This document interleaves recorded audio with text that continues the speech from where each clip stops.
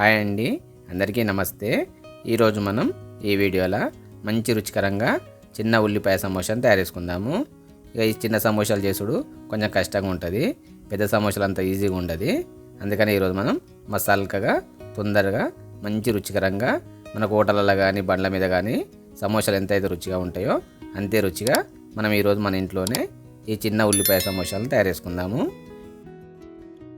ఈ చిన్న ఉల్లిపాయ సమోసాలు తయారు చేయడానికి నేను ఇక్కడ 1 కప్పు మైదా పిండిని గిన్నెలో వేసుకుంటున్నా. అట్లనే దీనిలో కొన్ని నీళ్ళు కూడా పోసుకొని ఈ నీళ్ళల్లో చిటికడంత ఉప్పు వేసుకొని ఈ పిండిని మంచి మెత్తగా సాఫ్ట్గా కలుపుకుంటున్నా. మెత్తగా సాఫ్ట్గా అంటే పలసగా కాదు, నీళ్ళను చూసుకుంటూ పోసుకోవాలి. నీళ్ళు ఒక్కసారి పోసుకుంటే పిండి పలసగా అవుతుంది. ఇక పిండిని కలుపుకునేటప్పుడు కూడా చేతి వేలు కొనలతోటి కలుపుకోవాలి. అట్లా కలుపుకుంటే మనకు పిండి అనేది చేతిలో మొత్తం అంటుకపోదు. ఇది మైదా పిండి కదా, చేతికి బాగా అంటుకుంటుంది.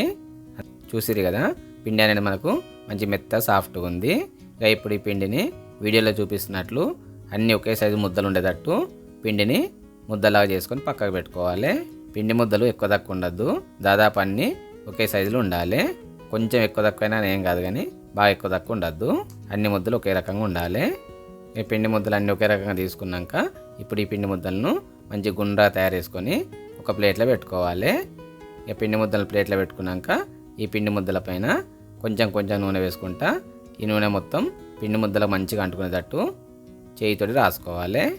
ఇక మనము పిండి ముద్దలకు నూనె అంటించుకున్నాం కదా, ఇక ఇప్పుడు ఈ పిండి ముద్దలకి వెళ్ళి ఒక పిండి ముద్దను తీసుకొని మిగిలిన పిండి ముద్దల మీద ఎండిపోకుండా ఒక పొడి బట్ట వేసుకోవాలి. ఇక ఇప్పుడు మనం తీసుకున్న పిండి ముద్దకు అన్ని వైపులా పొడి పిండి అంటించుకోవాలి. అంటించుకొని ఒక రొట్టెల పీట మీద పెట్టుకొని ఈ పిండి ముద్దను చిన్న సైజు చపాతీలాగా తాల్చుకోవాలి. బాగా పెద్ద తాల్చుకోవద్దు, మనం పూరి చేసుకుంటాం కదా ఆ పూరి సైజులో తాల్చుకోవాలి. ఇట్లనే మనం తీసుకున్నటువంటి పిండి ముద్దలన్నింటినీ గుండ్రగా చిన్న సైజు చపాతీలాగా తాల్చుకోవాలి. ఈ చపాతీలు కూడా దాదాపు అన్నీ ఒకే రకంగా సమానంగా ఉండాలి. బాగా ఎక్కువ తక్కువలు ఉండద్దు, కొంచెం ఎక్కువ తక్కువ ఉంటే ఏం కాదు, కానీ బాగా ఎక్కువ ఉండద్దు. చూస్తున్నా వీడియోలో మనకు చిన్న సైజు చపాతీలు అనేటివి అన్నీ దాదాపు ఒకటి సమానంగా ఉన్నాయి, అట్లా ఉండాలి. ఇప్పుడు ఒక్క చపాతీ మీద వీడియోలో చూపిస్తున్నట్లు కొంచెం నూనె వేసుకొని ఈ నూనె మొత్తాన్ని చపాతీ మొత్తం అంటుకునేటట్టు చేయితో రాసుకోవాలి. ఈ నూనె చపాతీకి అంటించుకున్నాక దీని మీద కొంచెం పొడిపిండి కూడా చల్లుకోవాలి. పొడిపిండి చల్లుకున్నాక వేరొక చపాతీని వీడియోలో చూపిస్తున్నట్లు మనం నూనె రాసుకున్న చపాతీ మీద వేసుకోవాలి. వేసుకొని దీని మీద కూడా మళ్ళీ ఎప్పటిలాగానే నూనె రాసుకొని దాని మీద కూడా కొంచెం పొడిపిండి చల్లుకొని వేరొక చపాతీని మళ్ళీ దాని మీద వేసుకోవాలి. ఇట్లనే మీకు ఎన్ని కావాలనుకుంటే అన్ని చపాతీలు వేసుకోవచ్చు. నేనైతే ఇక్కడ ఒక 4 చపాతీలు వేసుకున్నా.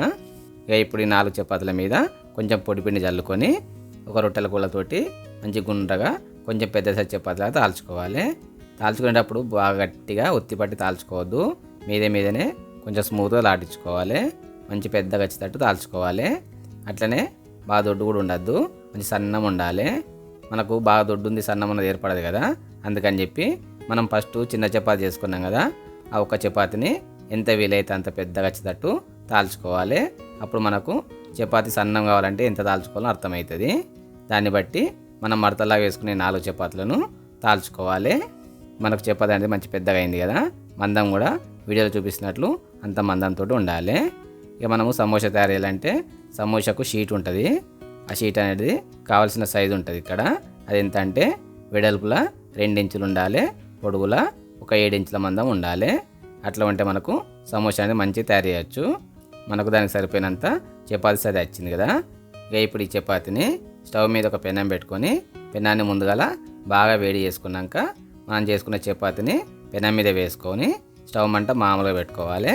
మామూలుగా పెట్టుకున్నాక ఒకవైపు చపాతీ అనేది కొంచెం బుడగలు వచ్చేటట్టు కాలినాక రెండో వైపు తిప్పుకొని మనకు ఫస్ట్ దిక్కు చపాతీ కాలింది కదా, ఆ కాలిన పొరను తీసేసుకోవాలి. కొంచెం జాగ్రత్త తీసేసుకోవాలి, పెనము కొంచెం వేడి ఉంటుంది కదా, చేతిలో వేడి తగులుతుంది. ఇక మనం పొర తీసేసుకున్నాం కదా, ఇక ఇప్పుడు ఈ చపాతీని మనం పొర తీసేసుకున్న భాగం ఉంది కదా దాని వైపుకు తిప్పుకోవాలి.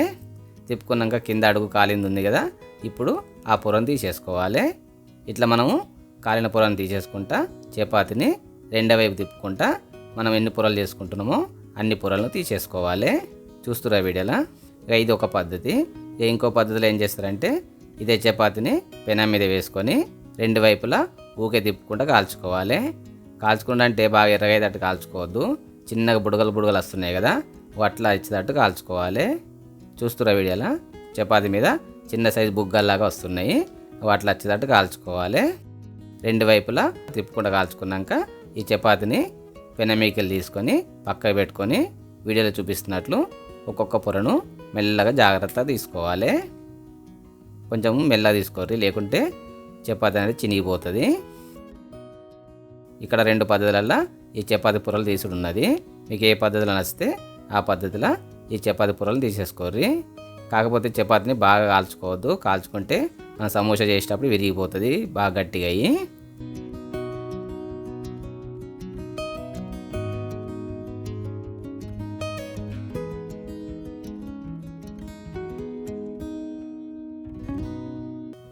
చూస్తారు కదా మనం తీసుకున్న చపాతీలు అనేవి ఎంత మంచి మెత్తగా సాఫ్ట్గా సన్నం ఉన్నాయో.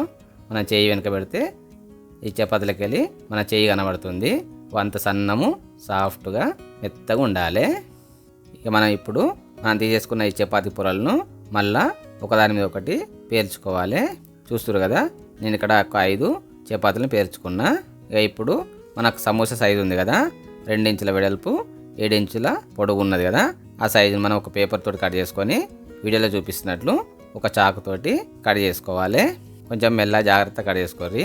ఈ మైదా పిండి కదా అంత తొందరగా అలకగా కట్ కాదు, కొంచెం ఇబ్బంది ఉంటుంది. చూస్తారు కదా మనం ఒక దిక్కు మంచిగా కట్ చేసుకున్నాము. ఇక ఇప్పుడు మనం కట్ చేసుకున్న రెండో పొరను కూడా ఒకదాని మీద ఒకటి పెట్టుకొని ఇప్పుడు వీడియోలో చూపిస్తున్నట్లు మిగతా భాగం కట్ చేసుకోవాలి. అయితే మనం కట్ చేసుకున్నాక మిగిలిన వక్కలు ఉంటాయి కదా, అవి పారేసుకోవద్దు. వీటిని ఇంకా కొంచెం చిన్న సైజు ముక్కలు చేసుకొని నూనెలో వేంపుకుంటే మంచిగా పాపడల్లాగా మంచిగా ఉంటాయి. అట్లా మీరు వేంపుకోర్రి. చూసిరు కదా మనకు సమోసా కావాల్సిన చపాతీ ముక్కలను కట్ చేసుకున్నాము. ఇక మిగిలిన ముక్కలను చిన్నగా కట్ చేసుకొని నూనెలో వేంపుకోవాలి. ఇక ఇప్పుడు మనము సమోసాలకు కావాల్సిన స్టఫింగ్ తయారు చేసుకుందాము. ఇందుకోసం ఒక 2 పెద్ద సైజు ఉల్లిగడ్డలను చిన్న ముక్కలకు కట్ చేసుకోవాలి. అట్లనే సగం కప్పు దొడ్డాటుకులు, ఒక చెంచాన్నర కారము, చిన్న కట్ చేసుకున్న కొన్ని పచ్చిమిరపకాయ ముక్కలు, రుచి సరిపడినంత ఉప్పు, చిన్న కట్ చేసుకున్న కొంచెం కరివేపాకు, పావు చెంచాడు గరం మసాలా, పావు చెంచాడు ఆమ్చూర్ పౌడరు, ఒక చెంచాడు ధనియాల పొడి, చిన్న కట్ చేసుకున్న కొంచెం కొత్తిమీర వేసుకొని ఇవన్నీ మంచిగా కలిసిపోయేటట్టు కలుపుకోవాలి. ఇక నేను మ్యాంగో పౌడర్ అనేది కొంచెం పుల్ల ఉండడానికి వాడుకున్నా. ఒకవేళ మీ దగ్గర లేకుంటే నిమ్మరసం గిట్ల వండుకోర్రి. ఒకవేళ సమోసాలు తినేటోళ్ళు చిన్నపిల్లలు ఉంటే పచ్చిమిరపకాయలు వేసుకోకుర్రి, పాపం వల్ల కారం అవుతుంది. మనకు స్టఫింగ్ తయారైపోయింది. ఇక మనం సమోసాలు అతికించుకోవడానికి పేస్ట్ కావాలి. దీనికోసం కొంచెం పొడి మైదా పిండిలా కొన్ని నీళ్లు పోసుకొని మన చికెన్ పేస్ట్లా తయారు చేసుకొని పక్క పెట్టుకోవాలి. ఇక ఇప్పుడు మనము సమోసాని తయారు చేసుకుందాము. దీనికోసం మనం కట్ చేసుకున్న చపాతీ షీట్ను వీడియోలో చూపిస్తున్నట్లు మలుచుకోవాలి. చూస్తారు కదా త్రిభుజాకారంలో ఫస్ట్ మలుచుకొని రెండవ కొనను ఇంకోవైపు తిప్పుకోవాలి. చూస్తారు కదా మనకి ఇది కోణాకారంలో తయారైంది. కోణాకారంలో తయారైనాక చేతులతోటి గట్టిగా పట్టుకొని దీంట్లో స్టఫింగ్ నింపుకోవాలి. స్టఫింగ్ కొంచెం గట్టిగా మంచిగా ఒత్తిపట్టి నింపుకోర్రి.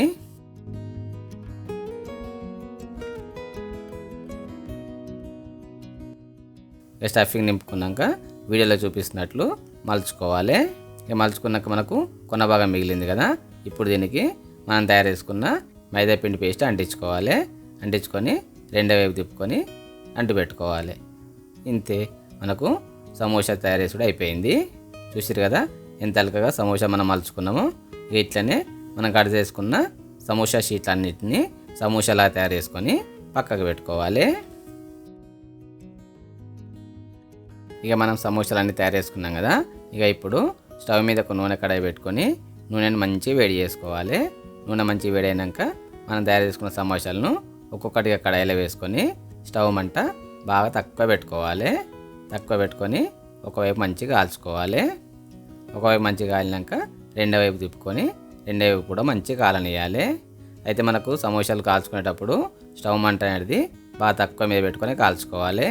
అట్లయితే మనకు సమోసాలు అనేవి మంచి కరకరలాడేటట్టు తయారవుతాయి. ఒకవేళ మీరు స్టవ్ మంట ఎక్కువ పెట్టుకుంటే సమోసాల పైన కాలి లోపల ఉన్న స్టఫింగ్ ఇట్లా ఉడకది. అందుకని చెప్పి ఎంత తక్కువ అయితే అంత తక్కువ మంట మీదనే మన సమోసాలను కాల్చుకుంటే సమోసాలు మంచి పైన కరకరలాడతాయి. అట్లనే మనం లోపల వేసుకున్నటువంటి స్టఫింగ్ కూడా మంచిగా నూనెలో ఉడుకుతుంది. అప్పుడు మనకు కరకరలాడుతూ సమోసాలు మంచి రుచికరంగా తయారవుతాయి. ఇక సమోసాలు అనేవి కొంచెం గోల్డెన్ బ్రౌన్ కలర్ తయారైనాక వీటిని తీసి పక్కకు పెట్టుకోవాలి. ఇంతే, మనకు మంచి రుచికరమైన చిన్న సైజులో ఉండేటువంటి ఉల్లిపాయ సమోసాలు తయారైపోయినాయి. చూసిరు కదా సమోసాలు ఎంత మంచిగా ఉన్నాయో. మీరు కూడా మీ ఇంట్లో ఒకసారి ఇటువంటి సమోసాలు తయారు చేసుకొని చూడుర్రి, మస్తు మంచిగా ఉంటాయి.